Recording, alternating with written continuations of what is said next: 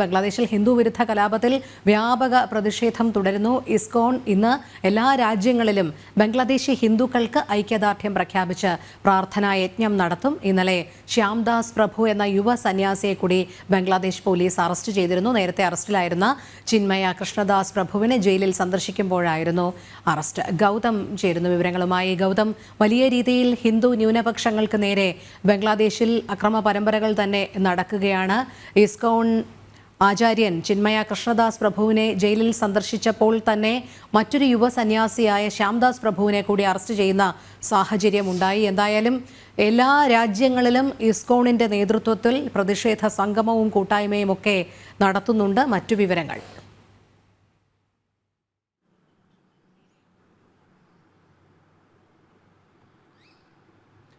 രോഹിണി, ബംഗ്ലാദേശിൽ നടന്നുകൊണ്ടിരിക്കുന്ന ന്യൂനപക്ഷ വിരുദ്ധ കലാപത്തിനെതിരെ വ്യാപകമായ പ്രതിഷേധമാണ് ഇപ്പോൾ ഉയർന്നു വരുന്നത്.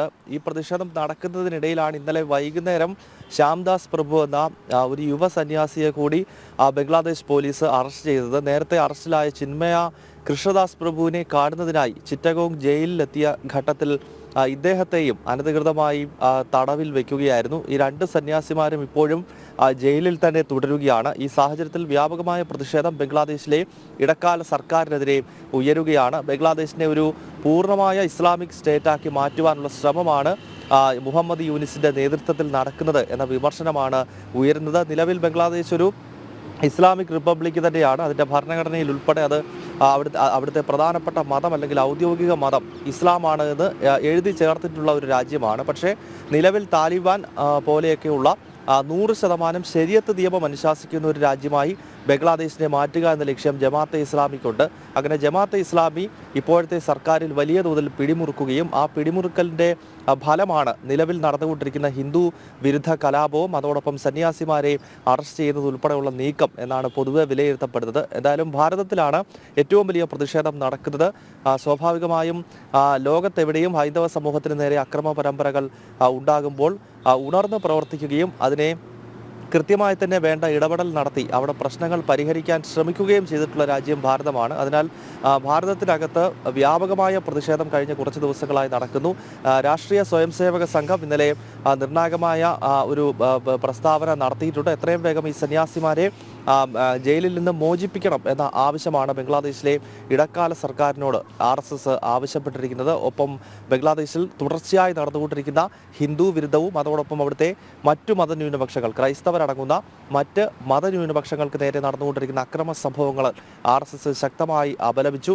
ഒപ്പം കേന്ദ്ര സർക്കാരിന് എന്തൊക്കെയാണോ ചെയ്യാൻ സാധിക്കുന്നത് ഇപ്പോൾ നടന്നുകൊണ്ടിരിക്കുന്ന കലാപത്തെ ഒഴിവാക്കുവാനും അവിടുത്തെ ഹൈന്ദവ സമൂഹത്തിൻ്റെയും മറ്റ് ക്രൈസ്തവരടങ്ങുന്ന മതന്യൂനപക്ഷങ്ങളുടെയും സ്വത്തിനും ജീവനും സംരക്ഷണം ഏർപ്പെടുത്താൻ കേന്ദ്ര സർക്കാരിനെ കൊണ്ട് എന്തൊക്കെ ചെയ്യാൻ കഴിയുമോ അതെല്ലാം ചെയ്യണം എന്നൊരു നിർദ്ദേശവും RSS സർക്കാർ ദത്താത്രേയ ഹൊസബളെ പത്രക്കുറിപ്പിൽ വിശദീകരിച്ചിട്ടുണ്ട്. ഒപ്പം ഇസ്കോൺ ഇന്ന് ലോകത്തെല്ലാ രാജ്യങ്ങളിലും ഈ ഹിന്ദുക്കൾക്ക് ഐക്യദാർഢ്യം പ്രഖ്യാപിച്ചുകൊണ്ട് പ്രാർത്ഥനയും മറ്റ് പൂജകളും നടത്തും എന്നാണ് വ്യക്തമാക്കിയിട്ടുള്ളത്. ഇന്നത്തെ ദിവസം ഭാരതത്തിനകത്ത് അതോടൊപ്പം തന്നെ ബംഗ്ലാദേശിൽ ഒപ്പം നമുക്കറിയാം ഇസ്കോൺ എന്നത് കേവലം ഏതെങ്കിലുമൊക്കെ 1-2 രാജ്യങ്ങളിൽ മാത്രം ചുരുങ്ങുന്ന ഒരു സംഘടനയല്ല, മറിച്ച് ലോകത്തെല്ലാ രാജ്യങ്ങളിലും പ്രത്യേകിച്ച് ജനാധിപത്യ സ്വഭാവമുള്ള രാജ്യങ്ങളിൽ അതിന് കൂടുതൽ വേരുകളുണ്ട്. അങ്ങനെയുള്ള രാജ്യങ്ങളിലെല്ലാം ഇന്ന് പ്രാർത്ഥന നടത്തിക്കൊണ്ട് ബംഗ്ലാദേശിൽ ഈ അക്രമത്തിനിരയാകുന്ന ഹിന്ദുക്കൾക്ക് ഐക്യദാർഢ്യം പ്രഖ്യാപിക്കുകയാണ് ഇസ്കോൺ.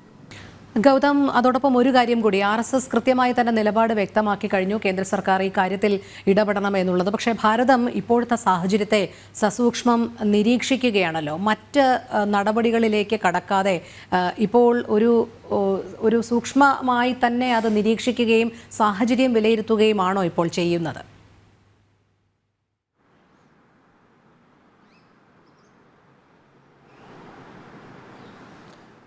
രോഹിണി, നേരത്തെ ഈ ഹിന്ദു വിരുദ്ധ കലാപം നടക്കുന്ന സമയത്ത്, അതായത് ഈ കഴിഞ്ഞ ഓഗസ്റ്റ് സെപ്റ്റംബർ മാസങ്ങളിൽ വ്യാപകമായ സംഘർഷം ഒന്ന് നടന്നതാണ്. അന്ന് ക്ഷേത്രങ്ങൾ ആക്രമിക്കപ്പെടുകയും ധാരാളം ഹൈന്ദവ സമൂഹത്തിൽപ്പെടുന്നവർ കൊല്ലപ്പെടുകയും ഒക്കെ ചെയ്തിരുന്നു.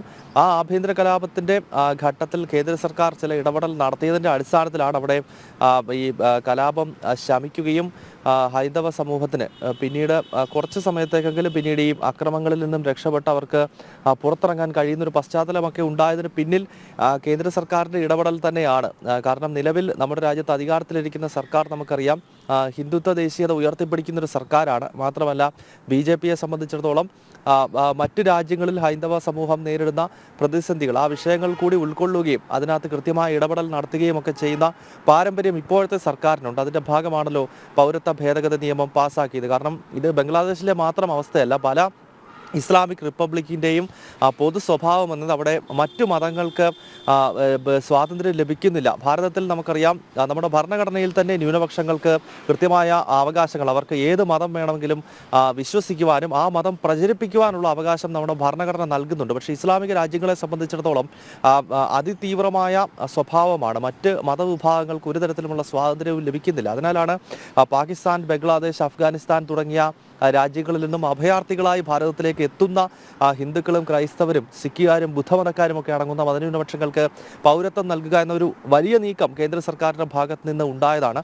ഒപ്പം ഈ നടന്നുകൊണ്ടിരിക്കുന്ന കലാപത്തെ സംബന്ധിച്ച് നമുക്കറിയാം, അതിൽ നേരിട്ട് സർക്കാരിന് കയറി ഇടപെടുന്നതിൽ ചില കാലതാമസമുണ്ടാകും. കാരണം അതൊരു മറ്റു രാജ്യമാണ്, മറ്റൊരു രാജ്യത്തിൻ്റെ ആഭ്യന്തര പ്രശ്നമാണ്. എങ്കിൽ പോലും നയതന്ത്രപരമായി അതോടൊപ്പം തന്നെ രഹസ്യ സ്വഭാവത്തിലുള്ള ചില നീക്കങ്ങൾ അതൊക്കെ തീർച്ചയായും ഭാരതത്തിന്റെ ഭാഗത്ത് നിന്ന് നമുക്ക് പ്രതീക്ഷിക്കാം. അത്തരം നീക്കങ്ങളിലൂടെ തന്നെ ഈ കലാപത്തെ കൃത്യമായി തന്നെ നിയന്ത്രിക്കുവാൻ ഭാരതത്തിന് സാധിക്കുമെന്ന് തന്നെയാണ് നമുക്ക് ശുഭാപ്തി വിശ്വാസമുള്ളത്. അതെ, അങ്ങനെ തന്നെയാണ് പ്രേക്ഷകരും അജിത് ഭാസ്കറിനെ പോലുള്ള പ്രേക്ഷകരും പറയുന്നു ഭാരതം ശക്തമായി ഇടപെടുന്നുണ്ട്.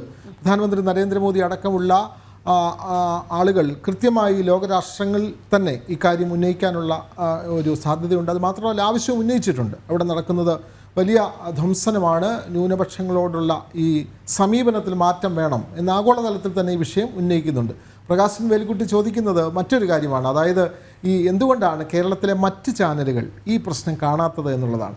ബംഗ്ലാദേശിൽ നടക്കുന്ന ഈ പ്രശ്നം നമ്മൾ പ്രത്യേക ചർച്ച രോഹിണി തന്നെ പല ദിവസങ്ങളും അല്ലേ അത് ചർച്ചയുടെ ചർച്ചയാക്കിയതുമാണ്. അതുകൊണ്ട് ജനം ചാനൽ ഇത് കൃത്യമായി ബംഗ്ലാദേശിലെ പ്രശ്നങ്ങൾ നമ്മൾ ജനങ്ങളിലേക്ക് എത്തിക്കുന്നുണ്ടാവും.